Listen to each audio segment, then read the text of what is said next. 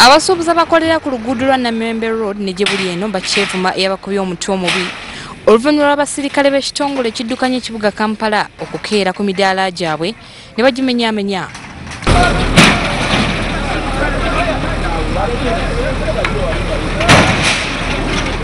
Abasuubuzi bano nga n'abasinga amaziga gabadde gabayitamu bagenza okubeerako kibataakiriza nga abaserikale ba KCCA abadde n'emmotoka biweetiye ne bigundiiza bamaze dda okubyonoona.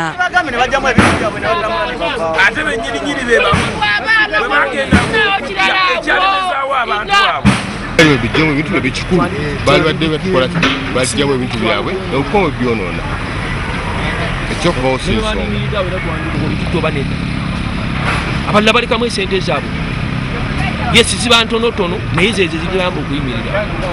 Okusinziira KCCA abantu bano babalabula dda kyokka ne bagaana okugondera ebiragiro nabo kyebavudde batabukira n'abasengula lwampaka. Operation eno tegenda kumwana ku Namirembe Road. Tulina ebifo bingi nnyo betutunuulidde, ebifo kati nga Kafumbe Mukasa, ebifo kati nga Kateeka Abalema, wonna wonna.